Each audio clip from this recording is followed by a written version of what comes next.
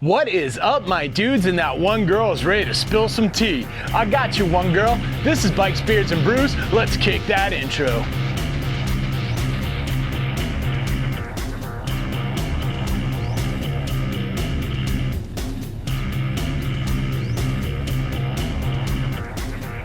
Hey guys, welcome back to the channel. Before we kick this one off, make sure you like, comment, subscribe, hit that bell notification. New videos are coming weekly. Ring that bell, you know when they drop. Let's get the other stuff out of the way. Want to save 10% on a Cardo communicator or save some money on some Beyond Riders gear or on some Hogworks gear? Then you should definitely check my referral links down below. Want to support me and all my do-gooderness like these cool guys here? Boom! You should become part of the Brew Crew and join the coffee page down below. Want to know why I'm asking you for money? Well, next to those 10,000 Amazon affiliate links that also go to a good cause is a link explaining what I do with your money. Get it, got it, cool, let's move on. All right, guys, so today we're going to be talking about Ruroc, and is this the end of Ruroc? And right up front, I want to make it abundantly clear, I am not a Ruroc hater. I know that they are very divisive. It's pretty weird to see, like, you either absolutely love this company and you're all in on them, or you absolutely hate them and want to watch them burn to the ground. It is something that I just never see someone who's like middle of the road for this company. But yes, again, I don't hate them. This is my Atlas 4. I still use my Atlas 4. It is a good helmet. It has served me well. It is comfortable. I probably need to take it apart and wash it, but overall, this has been a good helmet. Now, I've roasted Ruroc in the past. Right up until the Atlas 3, I definitely roasted them a few times, and a lot of the stuff that I wanted to see changed in the helmet, they actually changed in this model, and that is why I went out and bought this helmet, and I was quite happy with it. I'm still happy with it. So when we get into these other details, know that I'm not trying to be a hater here. This is stuff that is going on that I feel like you guys should know about. All right, so on September 12th of this year, Ruroc went into administration, which apparently is like the UK's version of bankruptcy for us over in the US. So we're just going to refer to it as bankruptcy going forward, just to make it easier, because let's be honest, most of the people who watch my channel, all 5 of you, are in the US. Now, when Ruroc went into bankruptcy, it was almost immediately bought up by a new company called Titan PG Limited. And here's where things kind of get really shady and kind of go off the rails. Titan PG Limited was incorporated about a week before this bankruptcy went through. And the owners of Titan PG Limited are the exact same people that own Ruroc. So effectively, Ruroc bought Ruroc out of bankruptcy. That's what just happened. Now, essentially what this means is Ruroc, or Titan PG Limited, whatever you want to call them, we're just going to go with Ruroc because, like bankruptcy, it's going to be easier than just swapping back and forth nonstop. Ruroc is no longer responsible to their debt collectors, which they have a few now, and they have racked up some serious bills. Hence the whole bankruptcy thing. They have stated that they are setting aside a finite amount of money to pay off debt collectors that are looking for repayment, but it's not going to be the total amount, and it's not guaranteed that they're going to get paid at all. Again, finite amount of money, as in this is all we've got, and depending on how many people come to the table is what portion you get of it. And when I say Ruroc bought Ruroc, I mean it. Pretty much everything and everyone is exactly the same. They just shifted them over to Titan PG Limited. If you go to the Ruroc website right now, there was no interruption at all. The site is still there. It looks exactly the same. The only difference is when you scroll down to the bottom of the page, you will see a different copyright, and it is for Titan PG Limited. Now, I said almost everybody came over, because apparently about a year ago, Ruroc fired their founder and CEO, Dan Reese. Now, I only really know about this because I came across a Reddit article that Dan Reese posted a few days after this whole shady deal of Titan buying Ruroc and, you know, Titan being owned by Ruroc. This is a level of inception that's just insane. And Dan pulled back the curtain to kind of tell us what happened, at least from his perspective, and the issues that they were having, the issues that they've been rolling into since he's been gone. And let's get into those a little bit. So Dan states that he was fired for missing a $4 million sales target. And just to be clear, the sales that they did hit during that targeted time were $3.3 million, which is still pretty respectable. Obviously, there is that like sort of shortcoming there, but depending on what they were actually setting the goal for, what the outside environments were. Keep in mind, we had a whole global shutdown, all that other fun stuff going on, and that can affect sales. There's a lot of factors that can go into why this sales target was missed. Now, were there other things that Dan was doing behind the scenes that we may not know about currently? Possibly. We're not quite sure. I'm sure this will come out in the wash though, because Dan did mention that after being fired, he attempted to buy the company on several different occasions and they turned him down.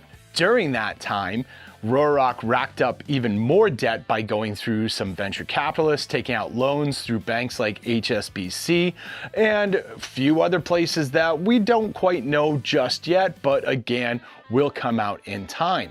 And with all of that, Dan states that he is looking to take legal action against Ruroc, Titan, PG, whatever they want to be called today. So this is not going to be the end of things, because it looks like we're going to see some court drama coming up between original founder Dan Reese and Ruroc/Titan PG. Now, some of the other claims that Dan made, and I will link the Reddit article down below, so check that in the description if you want to read the full thing yourself. Some of the other stuff that Dan mentioned was after he was terminated, they sold the factory that they wholly owned. Like, he had it built during the global shutdown to take care of any sort of issues that they were running into with supply and demand, and to make sure that they were getting more helmets out as they were being ordered. So if you noticed before 2020, it was taking forever to get a Ruroc helmet, and then after 2020, they were showing up a little bit quicker. That factory would have been the reasoning why they sold that, even though they wholly owned it, which just seems a little silly, honestly.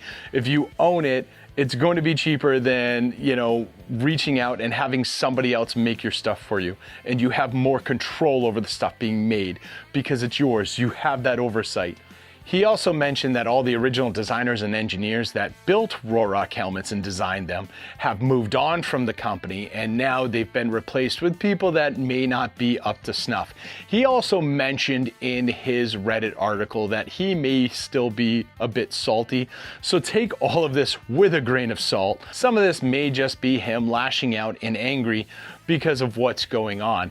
So I don't want to take shots at, you know, the current employees, the current staff, the current designers or current engineers. They may be very well and capable of doing what they're doing. Now, what does this all mean for you? Well, if you own any Ruroc helmets, the company has committed to still honoring any sort of lifetime guarantees or warranties. So allegedly you are safe there, but that's one of those things where time will tell. As it stands though, they are making that commitment, so know that that is what is currently in place. Now, the reason why I say it like that is because there are a few elephants in the room here. First and foremost, again, they sold their factory, which means they are now going to have to outsource all of their supplies again. They're going to have to outsource somebody who's building their helmets. They're going to have to do a lot of outsourcing to build their product. It's not going to be in-house anymore, which means you're going to have to start racking up a little bit of debt. Because, well, you know, you probably don't have money on hand, otherwise you wouldn't be in bankruptcy.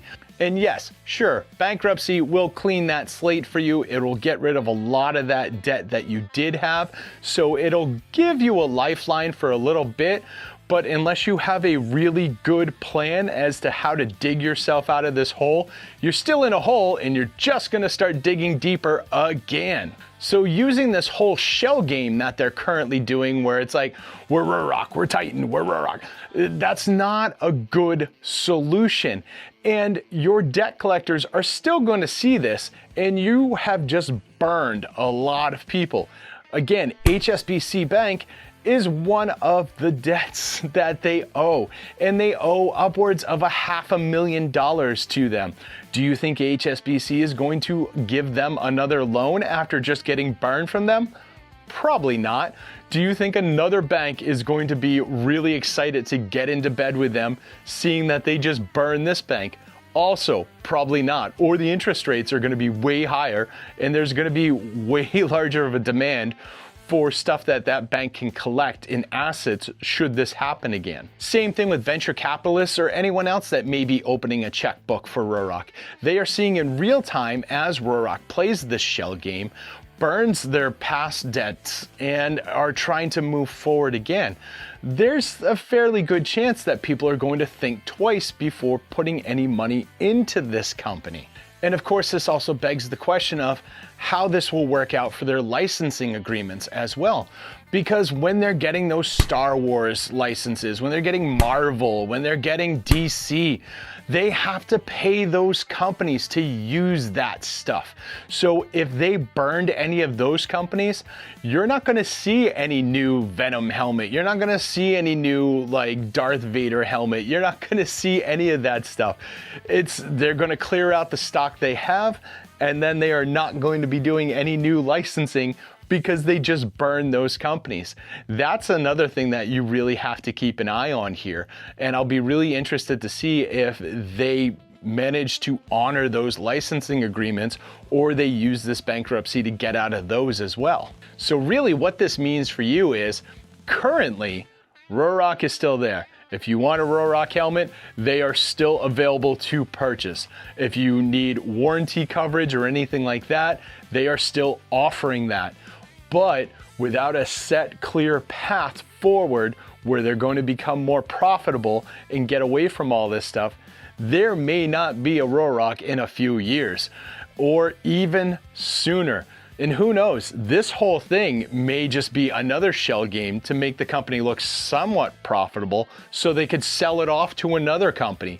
Maybe Shoei, Scorpion, HJC, someone like that looking to buy this brand and just kind of absorb them. But for now, this is the very shady, very questionable, very suspect state of Titan PG Limited, Ruroc, as it stands. What do you guys think? Is this something where you're like, oh, I do not want to deal with Ruroc at all anymore? Or is it something you saw coming? Is it something that you think that they're just going to move past, no problem? What about that lawsuit from Dan Reese? You think that's going to have any weight? Sound off in the comments down below. And don't forget to like, comment, subscribe, hit that bell notification, share this video with friends, share it with family, share it with that one dude you know who has like a whole collection of Ruroc helmets. Seriously, they are out there. They're a little weird. They love this stuff, trust me. And I'll see you all on the flip side.